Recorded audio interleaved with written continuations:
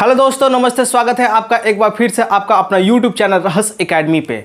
तो दोस्तों, हमने क्लास 9th में क्या पढ़ा था? हमने क्लास 9th में आर एस अग्रवाल से चैप्टर 2 पॉलिनोमियल्स के बारे में पढ़ लिया था। उसमें मैंने आपको introduction of polynomials, remainder theorem, factors of polynomial, values of polynomials तथा जीरोज ऑफ पॉलिनोमियल्स के बारे में बता दिया था। आज हम क्या करेंगे? आर एस अग्रवाल के अनुसार चैप्टर 3 शुरुआत करेंगे, जिसका नाम है क्या? Factorization of polynomial. और एनसीईआरटी के अनुसार अगर बोले तो ये चैप्टर 2 में ही आता है। ऐसा कह सकते हैं कि ये पॉलिनोमियल का क्या है? सब पार्ट है। ठीक है, चलिए तो शुरू करते हैं। देखिए, फैक्टराइजेशन ऑफ पॉलिनोमियल होता क्या है, सबसे पहले आज हम सीखेंगे। फैक्टराइजेशन ऑफ पॉलिनोमियल में हमको क्या क्या पढ़ना है, किस किस बेसिस पर कैसे क्या पढ़ना है, आज हम वो करेंगे। चलिए देखिए, आइए शुरू करते हैं। देखिए, कह रहा है कि व्हाट इज फैक्टराइजेशन। सबसे पहले हम समझेंगे फैक्टराइजेशन होता क्या है। तो फैक्टराइजेशन अगर हम आपको समझाने का कोशिश करें तो देखिए, फैक्टराइजेशन क्या होता है। देखिए, मैंने लिखा हुआ है कि expressing a given polynomial into a product of a polynomial is called a factorization. कर रहा है कोई भी एक गिवन पॉलिनोमियल है, उसको इस तरीके से एक्सप्रेस कर देना कि वो उसका क्या हो जाए? प्रोडक्ट के फॉर्म में लिखा जा सके। ठीक है, देखिए क्या कर रहा है कि कोई भी एक गिवन पॉलिनोमियल है और उसको क्या कर देना, उसको एक ऐसे तरीके से फॉर्म में चेंज कर देना कि वो उसका क्या बन जाए? प्रोडक्ट बन जाए। वो उसका क्या बन जाए? प्रोडक्ट बन जाए। एज फॉर एग्जांपल से अगर हम आपको क्लियर करना चाहें, जैसे मान लीजिए हम लेते हैं 3x² + 6, 3x² + 6। तो ये क्या है? एक गिवन पॉलिनोमियल है। आपको पता है ये क्या है? गिवन पॉलिनोमियल है, p ऑफ x है। ठीक है, ये क्या है? ये एक गिवन पॉलिनोमियल है, p ऑफ x है। तो अगर हम इसको इस तरीके से लिखें तो कोई गलत होगा क्या? बड़ा बताइएगा कि क्या ये गलत होगा? 3x² + 2, 3x² + 2। अब ये कैसे लिखे हैं ये हम आपको आगे बताएंगे, लेकिन जरा देखिए ध्यान से। आपको पता है कि इस ब्रैकेट का मतलब क्या होता है? मल्टीप्लिकेशन होता है। इस ब्रैकेट का जब मल्टीप्लिकेशन होता है तो 3 में x² से मल्टीप्लाई कराएंगे तो आपको 3x² आ जाएगा, और 3 में जब 2 से मल्टीप्लाई कराएंगे तो ये 6 आएगा। डिस्ट्रीब्यूटिव प्रॉपर्टी आपको याद ही होगा। ठीक है, तो क्या हम इस गिवन पॉलिनोमियल को क्या हम इसके फॉर्म में लिख सकते हैं? और ये जो है देखिए, तो ब्रैकेट का मतलब आपको प्रोडक्ट ही होता है। तो क्या ये इसके प्रोडक्ट के फॉर्म में ही तो लिखा जा रहा है? ठीक है, बात समझ में आया? तो कह रहा है वही कि कोई भी एक गिवन पॉलिनोमियल है, अगर आप उसको प्रोडक्ट के फॉर्म में लिखते हैं तो वही क्या होता है? फैक्टराइजेशन कहलाता है। ठीक है, बात समझ में आया? ठीक है, तो आइए अब हम समझते हैं कि मेथड ऑफ फैक्टराइजेशन। किसी भी नंबर को, किसी भी पॉलिनोमियल को फैक्टराइज करने के कौन कौन से तरीके हो सकते हैं, कौन कौन से मेथड हो सकते हैं, आइए हम क्या करते हैं, समझते हैं। चलिए शुरू करते हैं। देखिए, सबसे पहले अगर बात करें तो मैंने लिखा हुआ है मेथड ऑफ फैक्टराइजेशन में कि taking out a common factor. Taking out a common factor हम क्या करते हैं? हम पहले मेथड का तरीका कौन सा यूज करते हैं कि कॉमन फैक्टर निकालते हैं। हम क्या निकालते हैं? कॉमन फैक्टर निकालते हैं। कोई भी गिवन पॉलिनोमियल है, जैसे मान लीजिए अभी मैंने जो पॉलिनोमियल लिखा हुआ था, जरा ध्यान से देखिएगा। जब 3x² प्लस, मान लीजिए मैंने इसको 9x कर दिया, 3x² + 9x। ठीक है, तो जरा देखिएगा बाबू, मेरे बच्चे जरा देखिएगा कि हम इसको कॉमन फैक्टर से कैसे हम बनाते हैं। ठीक है, जरा देखिएगा। जैसे हम मान लीजिए इस 3, देखिए एकदम बेसिक से बता रहे हैं, बिल्कुल समझ में आ जाएगा। 3x² को क्या हम 3 × x × x लिख सकते हैं। x और x मल्टीप्लाई होकर x² हो जाएगा। ठीक है, इतना। क्या हमें 9x को 3 × 3 और मल्टीप्लाई का x लिख सकते हैं। 3 3 जा 9 और 9 के साथ क्या हो गया? x हो गया। यहाँ तक तो क्लियर हो गया। जरा देखिए, हम इसमें से हमको कॉमन फैक्टर निकालने का मतलब आपको पता ही होगा कि दोनों में जो मैच करे वही क्या होगा? उसका कॉमन फैक्टर होगा। तो जरा देखिए, 3 इसमें भी है, 3 इसमें भी है, तो 3 क्या हो गया? कॉमन निकल गया। ठीक है, और x इसमें भी है और x इसमें भी है, तो x भी क्या निकल गया? कॉमन निकल गया। और 3x कॉमन निकल गया। तो अब जरा बताइएगा मेरे बच्चे कि इसमें जब 3x को हम बाहर निकाल दिए तो हमारे पास बचा क्या? जब 3x को बाहर निकाल दिए तो हमारे पास बचा क्या? तो हमारे पास बचा x बचा। क्या बचा? x बचा। ठीक है, अब जरा इधर आइएगा। हम एक 3 को भी निकाल दिए, हम एक 3 को भी निकाल दिए और हम एक x को भी निकाल दिए। हम एक 3 को भी निकाल दिए और हम एक क्या कर दिए? x को भी निकाल दिए। इसको ऐसे देख लीजिए, हम 3 को भी निकाल दिए और हम क्या कर दिए? x को भी निकाल दीजिए। तो हमारे पास बचा क्या? हमारे पास जो बचा वो क्या नहीं बचा? 3 बचा। क्या बचा हमारे पास? हमारे पास जो बचा वो 3 बचा। यानी आपको जो फैक्टराइजेशन मिला, फैक्टर करके जो वैल्यू मिला वो क्या मिला? 3x, x + 3। अब जरा देखिएगा इसको ध्यान से, तो 3x² प्लस 9x कोई भी एक पॉलिनोमियल था जो आपको गिवन था। आपने उसको कॉमन फैक्टर के मदद से उसके प्रोडक्ट के फॉर्म में लिख दिया। 3x बाहर निकाल दिया, जरा 3x में x से स्क्वायर करा कर दिखा, जरा 3x में x से मल्टीप्लाई करके देखिए तो कितना आ रहा है। क्या 3x² आएगा? बिल्कुल आएगा। जरा 3x में 3 से मल्टीप्लाई करके देखिए तो कितना आएगा? 9x आएगा। तो देखिए तो क्या इस गिवन पॉलिनोमियल को आप इसके प्रोडक्ट के फॉर्म में लिख दिए, और इसी को तो हम फैक्टराइजेशन कहते हैं। इसी को तो हम क्या कहते हैं? फैक्टराइजेशन कहते हैं। और फैक्टराइजेशन आपको बिल्कुल आसानी से क्लियर समझ में आ गया होगा कि फैक्टराइजेशन हम किसको कहते हैं। ठीक है, अच्छा जी, अब आ जाइए, ये तो हो गया कॉमन फैक्टर के मदद से। दूसरा आ जाते हैं फैक्टराइजेशन बाय ग्रुपिंग। ग्रुपिंग के मदद से हम कैसे ग्रुप बना के किसी भी नंबर का फैक्टराइज करते हैं, आइए हम जरा सा समझ लेते हैं। देखिए सेकंड का रहा है factorisation bye grouping.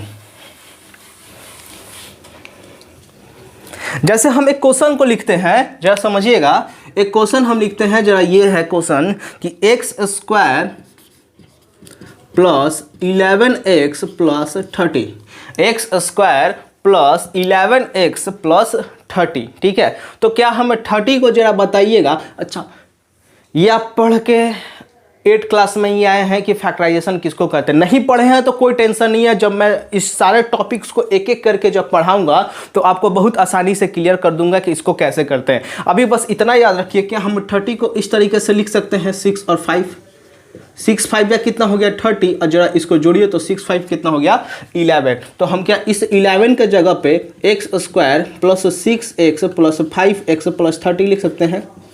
x² plus 6x plus 5x plus 30 लिख सकते हैं, बिल्कुल लिख सकते हैं। अब यहाँ पे देखिए इस दोनों का एक अलग ग्रुप बना रहे हैं, इस दोनों का एक अलग ग्रुप बना रहे हैं।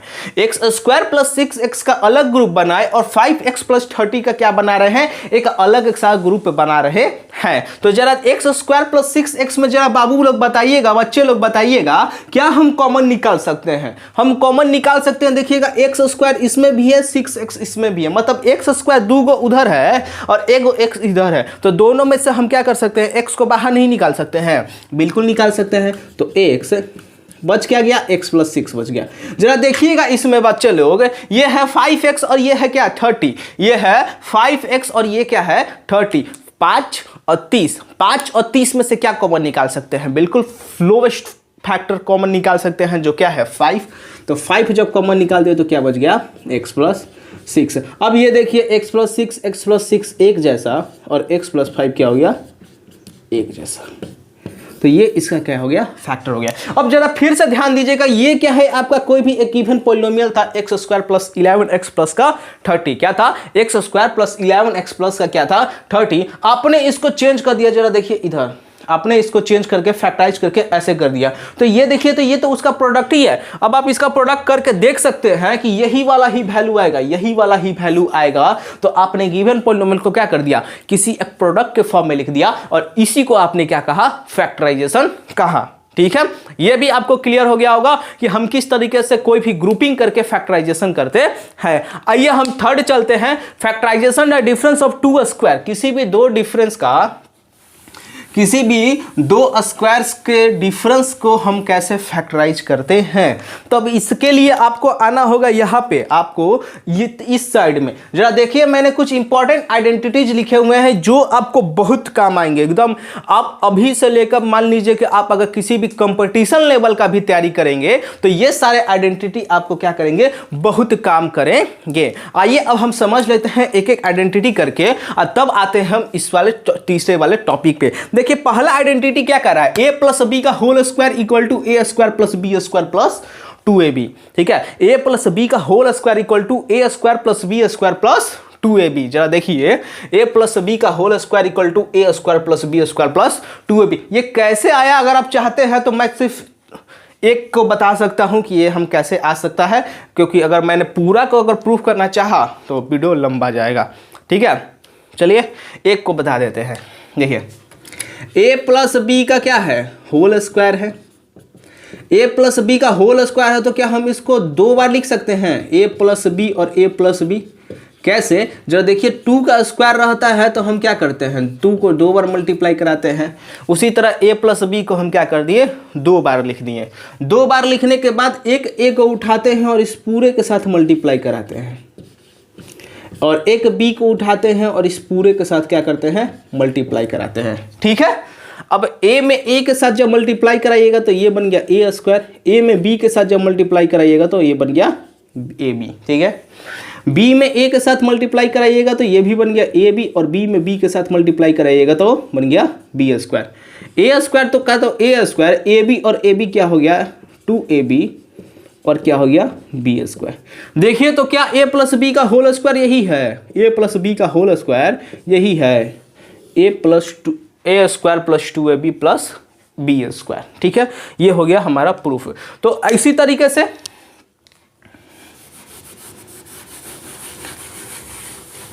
तरीके से आप a माइनस बी का होल स्क्वायर भी देख सकते हैं, a square plus B square minus का 2ab। बस बात आपको यहां ध्यान रखना है, प्लस है तो सब जगह प्लस, माइनस है तो माइनस का 2ab। ठीक है, प्लस है तो सब जगह प्लस, माइनस है तो माइनस का 2ab। ठीक है, आगे आ जाइए, देखिए तीसरा पॉइंट यही बात है, factorization the difference of 2 square. किसी भी 2 नंबर का स्क्वायर करेंगे और उसका डिफरेंस निकालेंगे तो उसका डायरेक्ट फैक्टराइजेशन का मेथड आपको दिया गया है, आइडेंटिटी दिया गया है। वो आइडेंटिटी क्या है, देखिए a square minus B square बराबर a प्लस बी और a माइनस बी। क्या है, a square minus B square बराबर a प्लस बी और a माइनस बी। इसको भी देखिए हम प्रूफ कर देते हैं, देखिए इसको भी हम प्रूफ कर देते हैं। जरा देखिएगा, इधर हम क्या करते हैं RHS को लेते हैं और LHS को प्रूफ करते हैं। RHS के तरफ क्या है, जरा ध्यान से देखिएगा आप लोग, RHS की जगह क्या है a प्लस बी है और a माइनस बी है, a प्लस बी है और a माइनस बी है। तो इस a को उठाते हैं और इस पूरे के साथ मल्टीप्लाई कराते हैं, इस b को उठाते हैं और इस पूरे के साथ क्या करते हैं मल्टीप्लाई कराते हैं। a में a का मल्टीप्लाई कराए तो a स्क्वायर माइनस का ab, फिर ये इसमें कराए तो ba, और फिर क्या माइनस का बी स्क्वायर। ये प्लस माइनस कैंसिल आउट हो गया, a स्क्वायर माइनस क्या आ गया बी स्क्वायर। देखिए RHS उठाए और हम क्या कर दिए LHS को ले दिए। देखिए एक बार फिर से समझिएगा, a प्लस बी और a माइनस बी है तो a को उठाते हैं और a माइनस बी लिखते हैं, तो ठीक है, मतलब a को उठाते हैं और इस पूरे को लिखते हैं, b को उठाते हैं इस पूरे को लिखते हैं, a का a के साथ मल्टीप्लाई कराए तो a स्क्वायर, a का b के साथ मल्टीप्लाई कराए तो माइनस का ab, b का a के साथ मल्टीप्लाई कराए तो ab, और b का माइनस b के साथ मल्टीप्लाई कराए तो माइनस का बी, प्लस माइनस कैंसिल आ गया a स्क्वायर माइनस का बी स्क्वायर। तो ये है, देखिए क्या कर रहा है, फैक्टराइजेशन द डिफरेंस ऑफ किसी भी 2 नंबर का स्क्वायर। ठीक है, किसी भी 2 नंबर का स्क्वायर का हम फैक्टराइजेशन कैसे करते हैं, ये बिल्कुल इस तरीके से करते हैं। एज फॉर एग्जांपल के तौर पर अगर हम समझाना चाहें तो मान लीजिए आपको दिया हुआ है x प्लस 2 और x माइनस 2। इसको हम कैसे फैक्टराइज कर सकते हैं, चाहे ऐसे दिया हुआ है, मान लीजिए एक्स स्क्वायर माइनस का कितना 4 दिया हुआ है, ये दिया हुआ है आपको एक्स स्क्वायर माइनस का 4। इसको हम कैसे फैक्टराइज कर सकते हैं, आइए देख लेते हैं। देखिए एक्स स्क्वायर का तो हम एक्स का होल स्क्वायर आसानी से लिख सकते हैं। क्या हम 4 को 2 का होल स्क्वायर लिख सकते हैं, क्या हमें 4 को 2 का होल स्क्वायर लिख सकते हैं। अब देखिए तो ये बन गया a स्क्वायर और ये बन गया b स्क्वायर, या बीच में लग गया माइनस, तो a square minus b square अभी तुरंत बता के ले आ रहे हैं कितना होता है, a प्लस b और a माइनस b होता है। तो a की जगह x और b की जगह 2, बीच में लग गया प्लस, a की जगह x b की जगह 2 और बीच में लग गया माइनस, यानी इसका आंसर हो गया x प्लस 2 x माइनस 2। ठीक है, ये होता है factorization the difference of the क्या होती स्क्वायर। किसी भी 2 नंबर के स्क्वायर के बीच का जो डिफरेंस निकालते हैं तो उसको फैक्टराइजेशन कैसे करते हैं। आइए हम अगले की तरफ पढ़ते हैं। देखिए factorization of quadratic. Factorization of quadratic. Quadratic का आपको पता है कि जो जनरल इक्वेशन होता है, क्वाड्रेटिक का आपको पता है कि जो जनरल इक्वेशन होता है वो होता है ax square plus bx plus c। ठीक है, और अगर आपका डिग्री 0 है तो इसका 0 भी कितना होगा, मतलब 0 का मतलब है इसका रूट्स कितना होगा, 2 होगा। एक को मानेंगे अल्फा, एक को मान लेते हैं बीटा। अल्फा और बीटा कोई भी एक कांस्टेंट वैल्यू आता है जिसको फैक्टराइज करने पे ये आता है। ठीक है, कोई दिक्कत नहीं। तो इसको हम कैसे फैक्टराइज करेंगे ये भी हम पढ़ेंगे।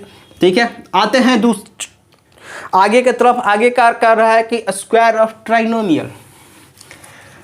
Square of trinomial. जरा याद कीजिए, मेरा इंट्रोडक्शन ऑफ पॉलिनोमियल चैप्टर में मैंने आपको टर्म्स के आधार पे बांट के दिखाया था। Single terms monomial, 2 terms binomial, और थर्ड टर्म्स 3 टर्म्स कितना ट्राइनोमियल, 4 टर्म्स क्वाड्रिनोमियल। ठीक है, ऐसे मैंने बताया था। तो यहाँ क्या कर रहा है कि किसी भी ट्राइनोमियल्स का अगर स्क्वायर हो तो उसको कैसे फैक्टराइज करते हैं जरा देख लेते हैं। ठीक है, किसी भी ट्राइनोमियल्स का, ट्राइनोमियल्स में कितने टर्म, तो 3 टर्म। तो जरा देखिए इसमें 3 टर्म्स आपको कहाँ कहाँ दिख रहे हैं। एक आपको यहाँ दिख रहे हैं, एक ही दिख रहे हैं, a प्लस बी प्लस सी का होल स्क्वायर, 1 2 3, और इसका क्या किया गया है, स्क्वायर किया गया है। तो देखिए a square plus B square plus C square plus का 2, और पूरा एक बार ए बी के साथ मल्टीप्लाई, एक बार बी सी के साथ मल्टीप्लाई, और एक बार ए सी के साथ मल्टीप्लाई। आप इसको ऐसे भी लिख सकते हैं, जरा ध्यान दीजिएगा यहाँ पे, a square plus B square plus C square 2ab 2bc 2c। कुछ नहीं किए हैं हम एक बार 2 का ab के साथ, एक बार 2 का bc के साथ, एक बार 2 का ca के साथ क्या कर दिए, मल्टीप्लाई करा दिए। ठीक है, इतना तक तो क्लियर हो गया होगा कि हम किसी भी क्या करते हैं, ट्राइनोमियल का अगर स्क्वायर हो तो कैसे फैक्टराइज करते हैं। अब जरा आगे आते हैं, आगे समझते हैं आगे क्या कह रहा है। जरा देखिएगा, आगे कह रहा है क्यूब ऑफ ए बाइनोमियल। किसी भी बाइनोमियल का हमें क्यूब कैसे करते हैं, किसी भी बाइनोमियल का हमें क्यूब कैसे करते हैं, जरा देखिएगा, किसी भी बाइनोमियल का क्यूब कैसे करते हैं। ठीक है, तो बाइनोमियल का क्यूब देखिए कि यहाँ पे है a प्लस बी का whole cube, a minus B का होल क्यूब। देखिए बाइनोमियल कितने टर्म बताइएगा जरा, 2 टर्म। 2 टर्म को वाले को अगर क्यूब चढ़ा दिए गए हैं, ठीक है, तो उसको हम फैक्टराइज कैसे करते हैं। देखिए उसके लिए आपका एक डायरेक्ट आइडेंटिटी होता है, a प्लस बी का whole cube. a plus B का होल क्यूब होता है a cube plus B cube plus 3ab और a plus B, a cube plus B cube plus 3ab और क्या है a प्लस बी। इसको देख कर घबराइएगा नहीं, ये क्या है, आप इसको अलग तरीके से भी लिख सकते हैं। जरा आइए हम लिख कर दिखाते हैं। देखिए a क्यूब का तो a क्यूब ही हो गया, बी क्यूब का तो बी क्यूब ही हो गया, प्लस 3ab पे आइए, प्लस 3ab के साथ देखिए तो एगो ब्रैकेट लगा हुआ है a प्लस बी, और इस a प्लस बी का हम क्या कराएंगे, एक बार 3ab का मल्टीप्लाई कराएंगे a के साथ। तो जरा बताइएगा 3ab का अगर मल्टीप्लाई कराते हैं a के साथ तो कितना होगा, ये हो जाएगा 3a स्क्वायर b, क्योंकि a और a मल्टीप्लाई होके कितने बन जाएंगे, a का स्क्वायर बन जाएंगे। ठीक है, आ जाइए अब देखिए 3ab का हम b के साथ जब मल्टीप्लाई कराएंगे तो ये क्या होगा, तो ये हो जाएगा प्लस का 3ab स्क्वायर। अब देखिए यहाँ भी b है, यहाँ भी b है, b और b को मल्टीप्लाई कराए तो बन गया 3ab स्क्वायर। तो आप इस पे भी बना सकते हैं, आप इस पे भी बना सकते हैं, कोई प्रॉब्लम नहीं होने वाला है। अब हम देखेंगे मतलब कि कैसा कैसा प्रकार के क्वेश्चन बनेगा, ये हम क्या करेंगे अगले वीडियो में देखेंगे कि इन सारे पे क्वेश्चन कैसे बनते हैं। आगे आ जाइए, चाहे आप इसको भी देख लीजिए, a माइनस बी का होल क्यूब है, ये क्या होता है a cube plus B cube minus का 3ab और a माइनस बी। ठीक है, इसको आप कैसे लिख सकते हैं, इसको आप ऐसे भी लिख सकते हैं a cube plus B cube. ठीक है, माइनस का 3ab के साथ a का मल्टीप्लाई कराइए कितना होगा, माइनस का 3ab का a के साथ मल्टीप्लाई कराइएगा तो कितना होगा, अभी हमने तुरंत देखा तो ये हुआ था माइनस का 3a स्क्वायर बी, और यहाँ भी माइनस, यहाँ भी माइनस, माइनस माइनस प्लस, और 3ab का b के साथ मल्टीप्लाई कराइएगा तो कितना होगा, ये हो जाएगा 3ab स्क्वायर। ये बन गया ऐसे। ठीक है, अब आ जाइए cube of A binomial. Binomial का अगर क्यूब चढ़ा हुआ तो हम कैसे सॉल्व करते हैं ये भी हमने देख लिया। ठीक है, अब आइए ऐसे आगे देखिए क्या कर रहा है, आगे कर रहा है फैक्टराइजिंग सम और डिफरेंस ऑफ क्यूब। क्यूब का, ठीक है, किसी भी क्यूब का सम हो डिफरेंस हो उसको कैसे फैक्टराइजेशन करते हैं जरा देखिए। सम ऑफ क्यूब्स के बारे में बात करें तो यहाँ ये a cube plus B cube, इस पे भी क्यूब है, इस पे भी क्यूब है, बीच में लगा हुआ है प्लस यानी सम, तो यानी a cube plus B cube का जो फॉर्मूला होता है वो होता है a plus b a square plus B square minus का a b, a plus b a square plus B square minus का ए बी, ये होता है। और डिफरेंस वाला अगर बात करें तो a cube minus b cube क्या होता है, a minus b a square plus B square plus का ए बी, क्या होता है a minus b a square plus B square minus का ए बी, ठीक है, a minus b a square plus B square plus a b. और a cube plus B cube plus c cube minus 3abc क्या होता है, a plus b a square plus B square plus C square minus का a b minus का b c minus का c a. ये है important identity. इसी important identity पे आपको बहुत सारे क्वेश्चन बनाना है, बहुत सारे सवाल करना है और एग्जाम में अच्छे नंबर प्राप्त करना है। अगर ये सारा आइडेंटिटी आपके मुंह पे याद रहता है तो आप किसी भी सवाल को बिल्कुल आसानी से बना सकते हैं, बिल्कुल भी आपको प्रॉब्लम नहीं होने वाला है। अगर प्रॉब्लम होगा तो हम हैं, रहस्य एकेडमी है आपके साथ, आपको बहुत अच्छे से सिखाया जाएगा, ठीक है। तो आज के लिए देखिए आज हमने क्या क्या पढ़ा। अगर बात करें तो सबसे पहले हमने पढ़ा कि फैक्टराइजेशन किसको कहते हैं। फैक्टराइजेशन के बाद बहुत सारे मेथड्स होते हैं फैक्टराइजेशन करने के, बहुत सारे पॉलिनोमियल को फैक्टराइजेशन करने के बहुत सारे मेथड होते हैं, उसके बारे में पढ़ा। और फिर कुछ बहुत सारे इंपॉर्टेंट आइडेंटिटीज के बारे में पढ़ा, ये सब कैसे सवाल बनते हैं ये भी मैंने बता दिया, ठीक है। अब आते हैं आगे क्या। इसके बाद हम आपको क्या कराएंगे, बहुत सारे इस पे क्वेश्चन कराएंगे अगले लेक्चर में, मतलब अगले लेक्चर में आपको बहुत सारे क्वेश्चन कराएंगे। हम आर.एस. अग्रवाल बुक को ज़्यादा प्रीफर करते हैं। आप किसी भी बुक से सवाल लगाइए, बिल्कुल लगेगा, नहीं लगता है तो आप मेरे क्या कर सकते हैं, कमेंट बॉक्स में बता सकते हैं कि ये प्रॉब्लम है, इस क्वेश्चन को बता दीजिए, मैं उसका जवाब आपको ज़रूर से ज़रूर दूंगा, ठीक है। तो आज के लिए इतना ही। अगर आपको ये वीडियो पसंद आया हो, फैक्टराइजेशन और मेथड ऑफ फैक्टराइजेशन अच्छे से समझ में आया हो तो वीडियो को लाइक शेयर एंड सब्सक्राइब कीजिएगा। थैंक यू, धन्यवाद।